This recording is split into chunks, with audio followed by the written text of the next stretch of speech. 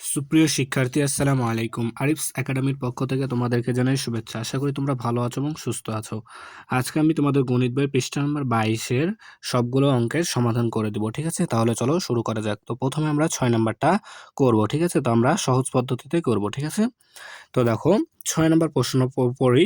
দেখো বলছে যে কি, বাজারে প্রতি কেজি বাসমতি চাল 240 টাকা, ঠিক আছে? তাহলে প্রতি কেজি অর্থাৎ 1 কেজি বাসমতি চালের দাম হচ্ছে 240 টাকা এবং প্রতি কেজি মুগ ডাল 120 টাকায় বিক্রয় হয়, ঠিক আছে? তাহলে 1 কেজি মুগের ডালের দাম হচ্ছে 120 টাকা।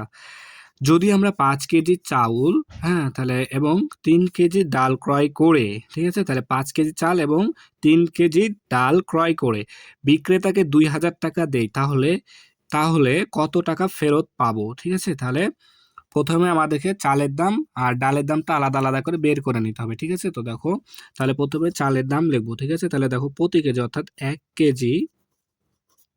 কেজি বাসমতি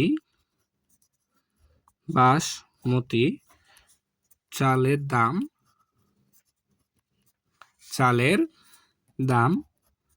তো 1 কেজি বাসমতি চালের দাম দেখো 240 টাকা, তাই না?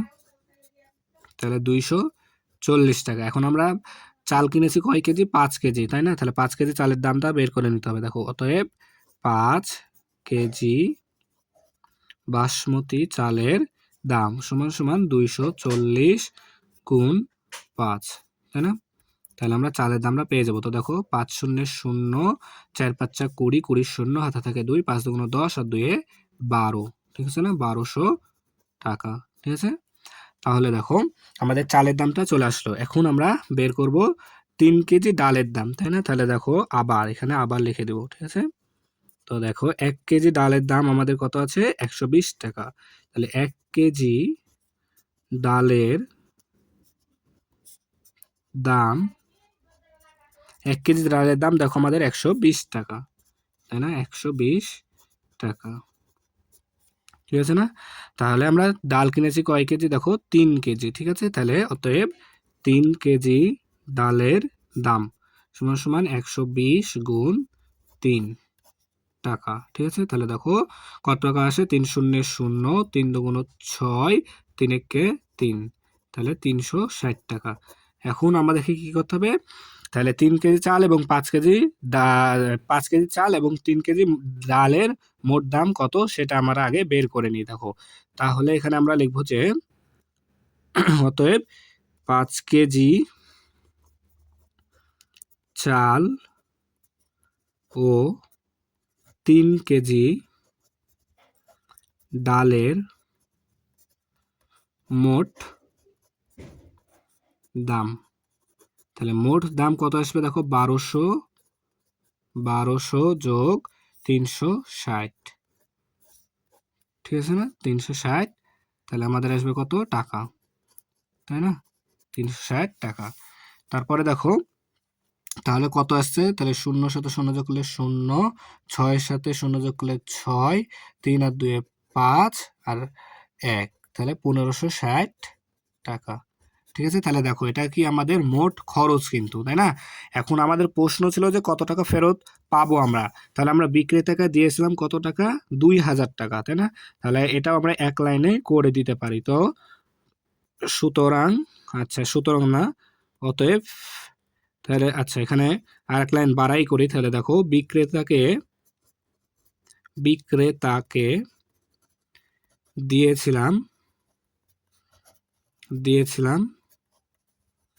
সমান সমান 2000 টাকা, ঠিক আছে? এভাবেও করতে পারো বা তোমরা এক লাইনে করে দিতে পারতা যে ফেরত পাবো সমান সমান 2000 থেকে 1560 টাকা বিয়োগ করে দিলে কিন্তু আমাদের উত্তরটা চলে আসতো, ঠিক আছে? তো দেখো তাহলে এখন বিক্রেতাকে দিয়েছিলাম 2000 টাকা, তাহলে অতএব ফেরত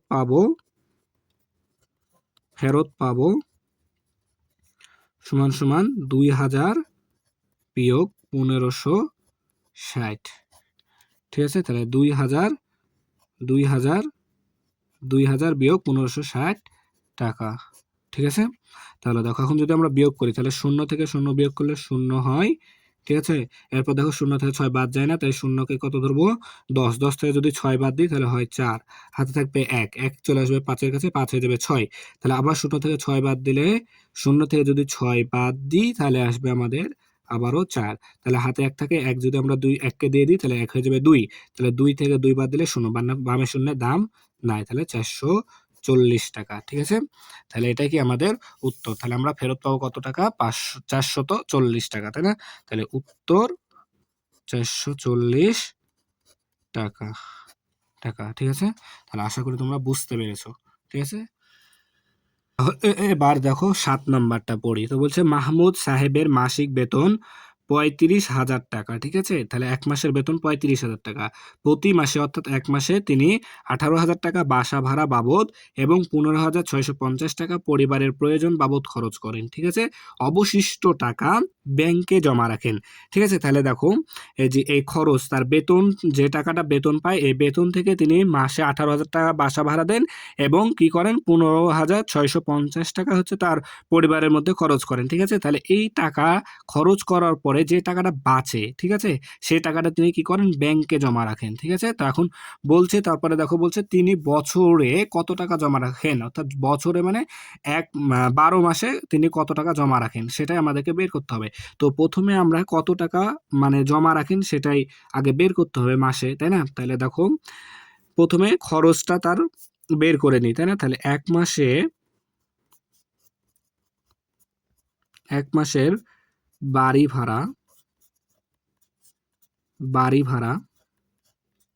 সমান সমান দেখো 18,000 টাকা। ঠিক আছে, 18,000 টাকা। এরপর দেখো তার এক মাসের পরিবারের খরচ, তাহলে এক মাসের পরিবারের বারের খরচ বা প্রয়োজন বাবদ। ঠিক আছে, তাহলে পরিবারের খরচ কত? 15,650 টাকা। ঠিক আছে, তাহলে তার এক মাসে মোট কত টাকা খরচ হয়েছে দেখো, তাহলে এটা যোগ করে দিই, তাহলে কত টাকা আসছে দেখো। তাহলে 0, 5 আর 0 যোগ করলে হয় 5, 6 আর 0 যোগ করলে 6, 8 5 13, 13 3 হাতে থাকে 1, 1 আর 1 2 আর 1 3, 33,650 টাকা। ঠিক আছে, তাহলে এটা তার মোট খরচ। তাহলে এক মাসে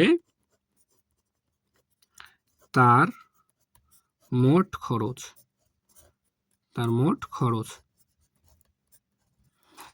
খরচ এত টাকা। ঠিক আছে, তাহলে এখন এই মাসিক বেতন থেকে আমরা মোট খরচটা বাদ দিলে যে টাকাটা পাবো সেটা কি? তার সঞ্চয়। ঠিক আছে, প্রতি মাসে সেই টাকাটা জমা রাখেন।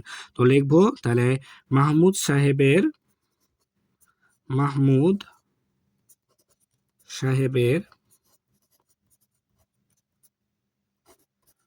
মাসিক বেতন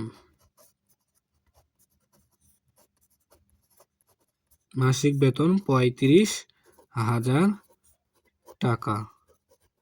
তাহলে 35,000 টাকা তার মাসিক বেতন, তাই না? এখন তার মাহমুদ সাহেবের মাসিক খরচ কত?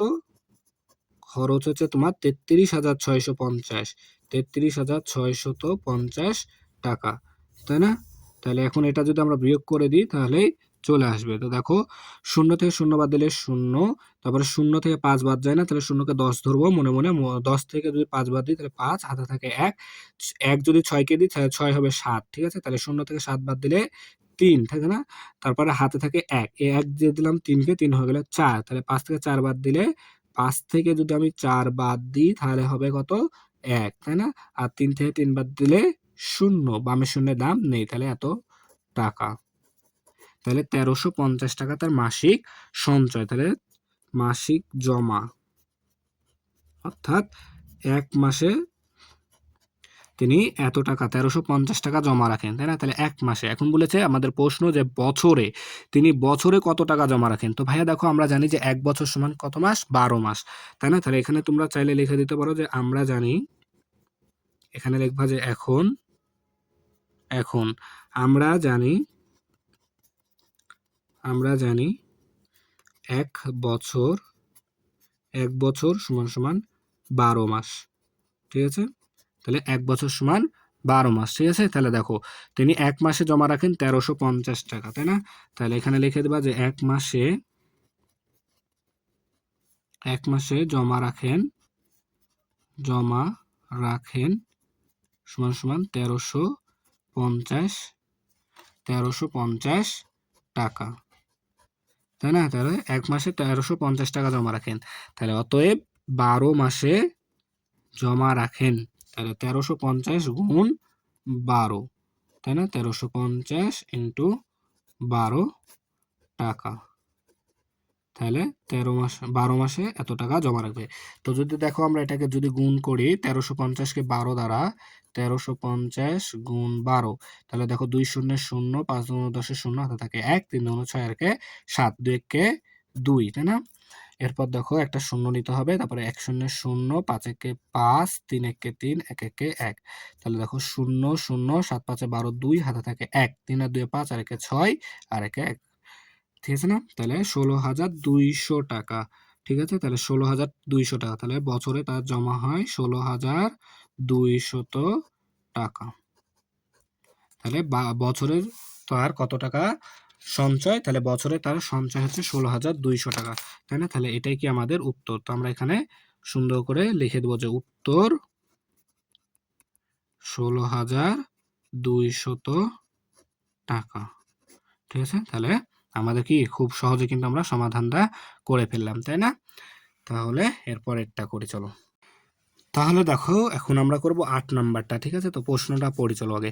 তো দেখো বলছে যে একটি পানির ট্যাঙ্কে প্রতি মিনিটে 7 লিটার পানি ঢুকে। ঠিক আছে? তাই প্রতি মিনিটে 7 লিটার পানি ঢুকে এবং 3 লিটার পানি খরচ হয়। ঠিক আছে? তাহলে প্রতি মিনিটে কিন্তু আমাদের পানি ঢুকছে 7 লিটার আর একদিক দিয়ে 3 লিটার খরচ হয়ে যাচ্ছে। ঠিক আছে? তাহলে বলছে এখন দেখো 12 মিনিট পর, তাহলে 12 মিনিট পর ট্যাঙ্কটিতে কত লিটার পানি জমা হবে। ঠিক আছে? তাহলে দেখো আমাদের এখানে বলো তো এখানে আমাদের পানি কতটুক জমা হচ্ছে প্রতি মিনিটে? দেখো 7 লিটার প্রবেশ করছে পানি ঢুকে আর 3 লিটার খরচ হয়ে যাচ্ছে। তার মানে আমাদের ট্যাঙ্কিতে জমা হচ্ছে কতটুক? দেখো 7 থেকে যদি আমরা 3 লিটার বাদ দিয়ে দিই তাহলে প্রতি মিনিটে আমাদের 4 লিটার পানি কিন্তু জমা হচ্ছে। ঠিক আছে? তাহলে এভাবে আমাদের 12 মিনিটে কত লিটার পানি জমা হবে সেটা আমাদেরকে বের করতে হবে। তাহলে আমরা এটা লিখবো কিভাবে? দেখো তাহলে 1 মিনিট প্রতি মিনিট অর্থাৎ 1 মিনিটে তাহলে প্রতি মিনিটে অর্থাৎ 1 মিনিটে, হ্যাঁ, 1 মিনিটে ট্যাঙ্কে পানি জমা হয়। তাহলে পানি কতটুক জমা হয়? 7 বিয়োগ 3 লিটার, তাই না? তাহলে 7 বিয়োগ 3 লিটার অর্থাৎ 4 লিটার। 4 লিটার কি আমাদের জমা হয়। তার কারণ কি 3 লিটার করে খরচ হয়ে যাচ্ছে। ঢুকছে 7 লিটার, খরচ হচ্ছে 3 লিটার। তাহলে অবশিষ্ট থাকে আমাদের 4 লিটার। তাহলে এটা কি আমাদের জমা হচ্ছে, তাই না? তাহলে এখন বলছে 12 মিনিট পর। তাহলে অতএব 12 মিনিটে কতটুক জমা হবে? অতএব 12 মিনিটে ট্যাঙ্কিতে পানি জমা হয় সমান সমান 12 গুণ 4 লিটার, তাই না? তাহলে দেখো 12 ঘরে যদি নামতা পড়ো 4 12 48 হয়, তাই না? তাহলে 48 লিটার অর্থাৎ আমাদের 12 মিনিট পর ট্যাঙ্কিতে কতটুক পানি জমা হবে? 48 লিটার পানি জমা হবে, তাই না? তাহলে আমরা এটা উত্তর লিখে দেব, উত্তর 48 লিটার। ঠিক আছে? তাহলে এটাই কি আমাদের উত্তর। ঠিক আছে না?